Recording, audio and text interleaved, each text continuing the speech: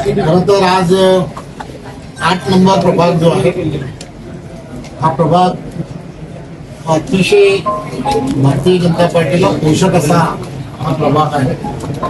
भारतीय जनता पार्टीचे वर्षानुवर्ष या भागामध्ये अतिशय चांगल्या पद्धतीने संघटनात्मक काम या भागामध्ये आहे। त्या मंडळाचे अध्यक्ष जे आहेत अमित गाठरजी हे या मंडळामध्ये त्यांनी अतिशय चांगल्या पद्धतीने कामाला सुरुवात केलेली आहे।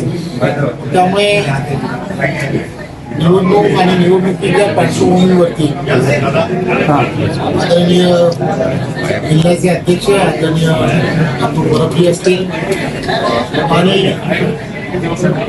या संपूर्ण जबाबदारी या महानगरपालिकेची त्यांच्याकडे आहे असे असेल, त्या सगळ्यांशी चर्चा करून